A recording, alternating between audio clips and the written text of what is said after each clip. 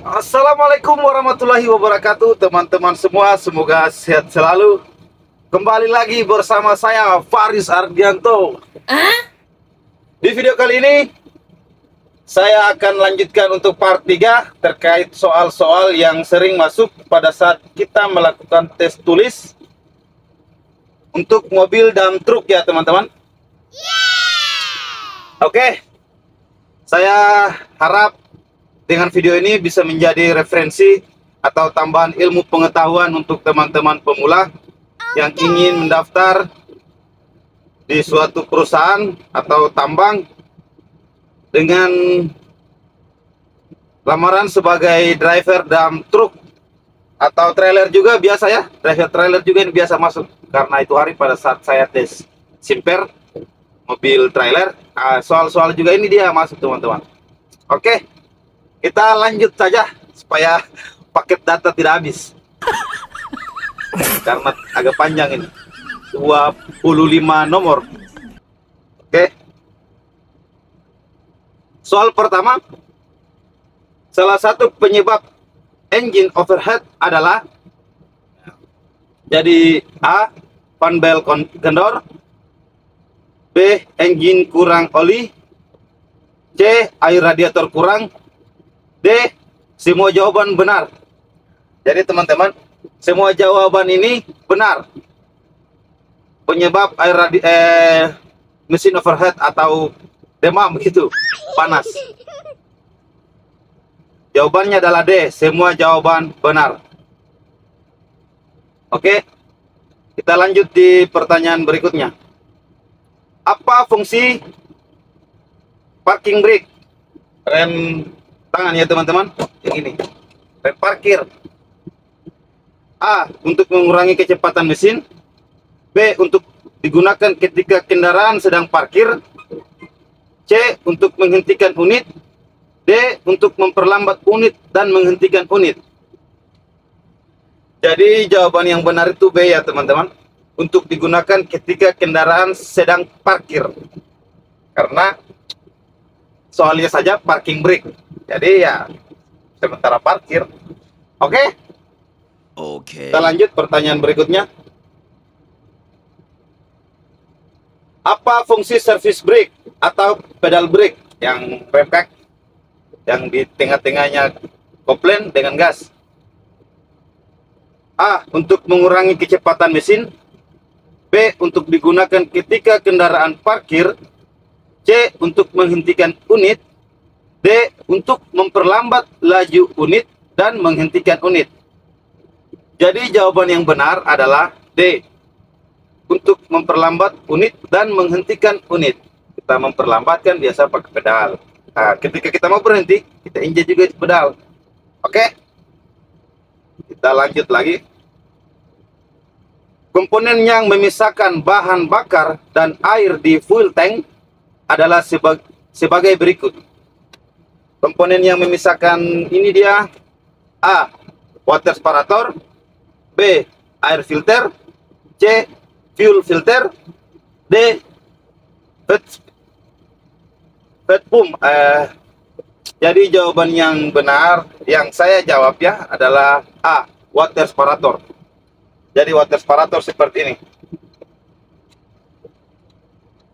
Oke ya, yang memisahkan air dan bahan bakar. Kita lanjut. Pada posisi mana tuas transmisi harus Anda tempatkan sebelum menghidupkan mesin? Sebelum kita hidupkan mesin, posisi mana saja, di posisi apa tuas transmisi itu harus diposisikan? Jadi yang benar adalah B ya teman-teman, pada gigi netral dengan rem parkir dalam keadaan terpasang. Sebelum kita hidupkan mesinnya, jawabannya B. Oke, kita lanjut pertanyaan berikutnya. Yang cara kerjanya memutus dan menghubungkan putaran engine ke transmisi adalah A, booster clutch. Nah, booster clutch itu biasanya kita sebut master kopling bawah itu. B, disc clutch. Nah, disc clutch ini dia kampas kopling. Tapi dia itu bukan memutuskan. Ya, salah satu juga lah. C. Master clue. Nah, master clue itu yang di depan. Biasanya master komplain atas disebut yang di depannya. Bagian depan situ. D. Main clue. Nah, jadi main clue ini sudah untuk keseluruhannya ya. Jadi jawaban yang benar itu adalah D. Main clue. Oke? Yang paling di bawah. Lanjut lagi.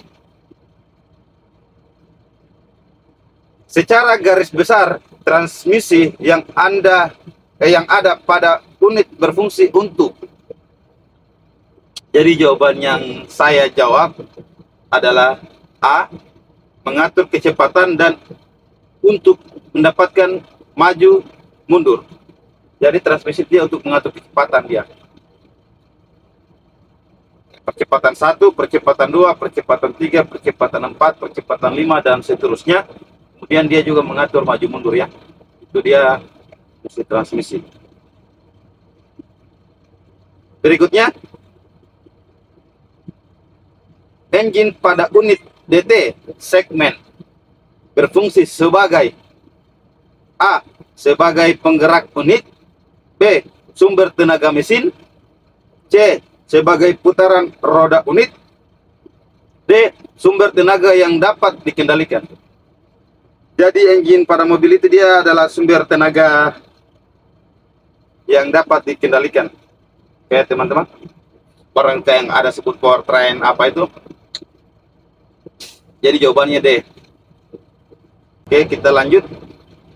Fungsi hidrolik pump pada unit DT segmen adalah. Jadi jawaban saya A. Untuk memompa oli ke seluruh peralatan. Peralatan ini peralatan untuk pompanya ini ya, kayak dam, naikkan peselnya ya, unit-unit lain pompanya. Fungsinya untuk hidrolik ya, yang memompa ke seluruh peralatan yang dibutuhkan seperti itu. Betul jawabanku ini teman-teman, betul. Saya sudah lihat juga nilaiku 100. Oh, thank you so Tanpa much. orang dalam. Jadi teman-teman ini maju juga tanpa orang dalam ya. Oke, berikutnya. Apa fungsi dari radiator? Nah, ini dia teman-teman. Jadi jawaban saya itu adalah C. Untuk membuang panas air pendingin. Jadi fungsinya radiator itu dia untuk dia buangkan, radiator biasanya ada di depannya. Ya, ada kipas yang memutar air panas yang dari dalam mesin masuk ke radiator, sehingga dia dinginkan kembali itu air yang ada di radiator, kemudian masuk lagi ke dalam mesin. Jadi fungsinya itu untuk membuang panas yang dari mesin masuk ke radiator, kemudian sudah dingin kembali lagi ke dalam mesin, supaya tidak terjadi overheat. Kita lanjut ya. Tindakan apa yang harus Anda lakukan jika lampu tekanan oli mesin menyala? Ya teman-teman. Jadi jawaban saya D. Cari tempat aman untuk berhenti ketika sudah menyala lampu oli ya. Aktifkan lampu hazard, matikan mesin, pasang rem parkir, dan lapor ke pengawas atau mekanik. Oke. Kita lanjut pertanyaan berikutnya. Apa yang dilakukan jika indikator warning lamp engine oil pressure menyala saat sedang beroperasi? Ketika lampu olinya ya, indikatornya itu menyala. Apa yang kita akan lakukan? Jadi jawaban saya itu A. Stop dan matikan engine, periksa dan laporkan ke pengawas. Stop dulu, kemudian kita matikan mesin, kemudian kita periksa, jangan sampai ada kebocoran atau ada pipa-pipa yang bocor untuk pipa-pipa oli. Kalau ada, laporkan ke pengawas. Tapi kalau unit 2 itu biasanya dia ada menyala sendiri. Tapi kalau unit baru itu, kecuali ada kelainan ya, baru dia menyala. Atau pada saat kontak pertama. Tapi kalau di lapangan itu pakai saja dulu. Oke. Berikutnya, count water temperature gauge berada di rentang merah, itu berarti temperatur mesinnya teman-teman, indikator lampu atau temperatur mesin, jarum temperaturnya dia berada di level merah. Jawaban saya itu B, air pendingin engine overhead, artinya itu air radiatornya panas sehingga dia berada di level warna merah. Oke, kita lanjut. Seberapa jauh jarak yang sudah ditempuh bisa dilihat dari, ini yang bisa dilihat itu dari odometer. Oke teman-teman, jawaban yang benar itu B, odometer.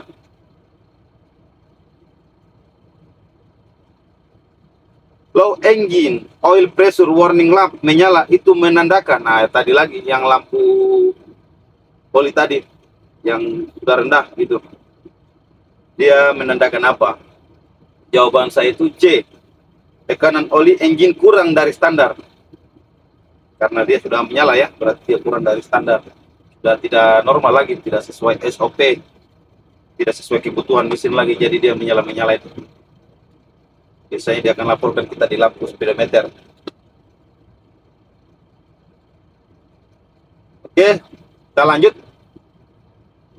Seberapa banyak jumlah bahan bakar dalam tangki bisa dilihat dari fuel gauge, artinya ini fuel pengukur yang di depan juga itu. Fuel gauge. Gauge. Bahasa Inggris. Itu ya teman-teman jawabannya. Atau biasa juga jarum solar, itu bahasa Indonesia yang sering disebut jarum solar.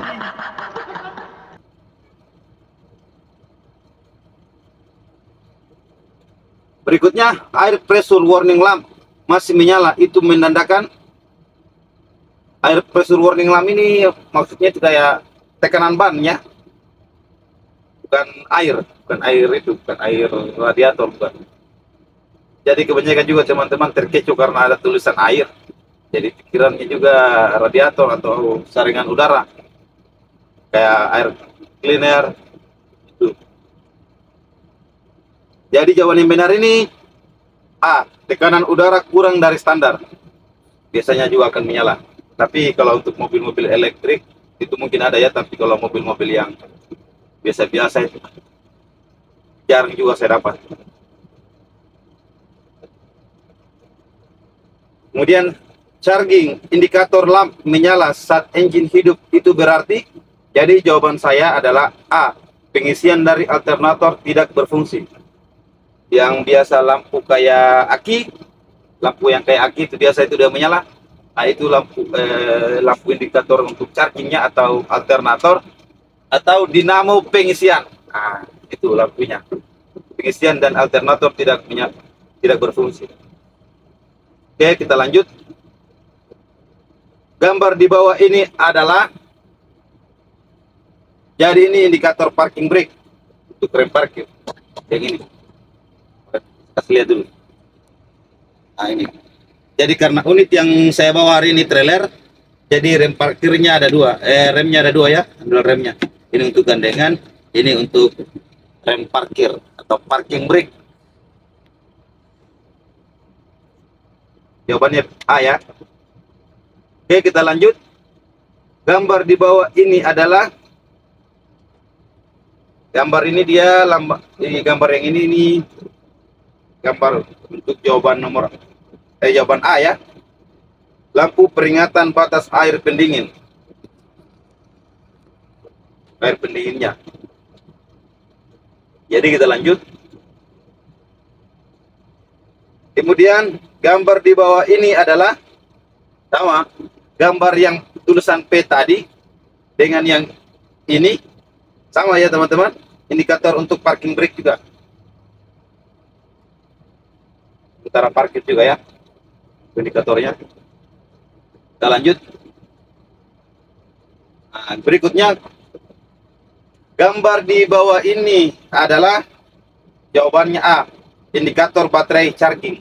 Nah, kalau lampunya sudah menyala, pada saat kita beroperasi, ini biasanya sistem pengisiannya tidak normal atau alternatornya sementara tidak normal, sementara rusaknya, atau bahkan mungkin kabel-kabelnya. Oke, nah, lanjut. Gambar di bawah ini adalah untuk panel monitor. A, jawabannya. PTO, power take off. Oke, kita lanjut lagi. Gambar di bawah ini menunjukkan panel indikator. B, engine oil pressure. Ini lampu oli, indikator oli. Oke, yang ke-25. Nah, teman-teman sudah tahu. Biar saya tidak usah bilang lagi. Jawabannya. Ya, betul. Teman yang saat itu betul dia, betul yang satu itu. D, fuel gauge. Untuk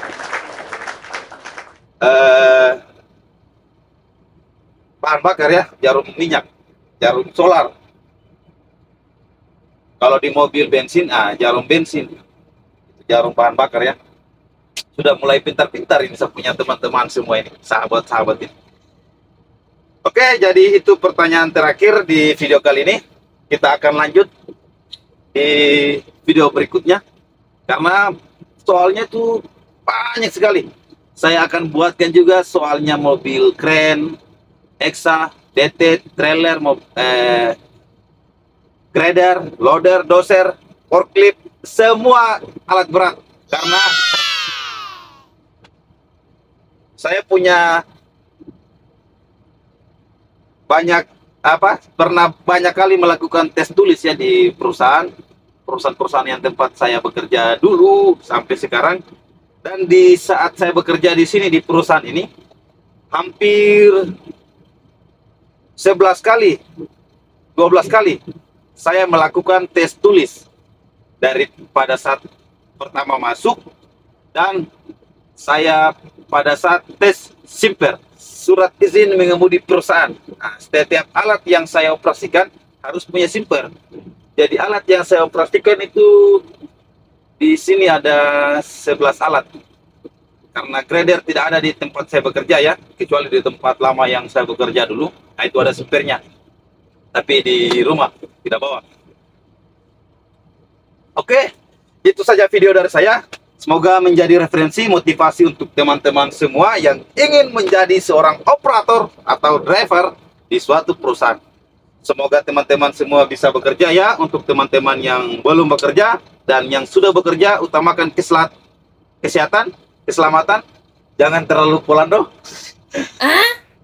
Oke, terima kasih banyak. Jangan lupa like, komen, dan subscribe video ini supaya saya semakin semangat dalam membuat konten tentang alat berat apa saja yang saya operasikan di perusahaan ini atau di luar dari perusahaan ini. Oke, terima kasih banyak.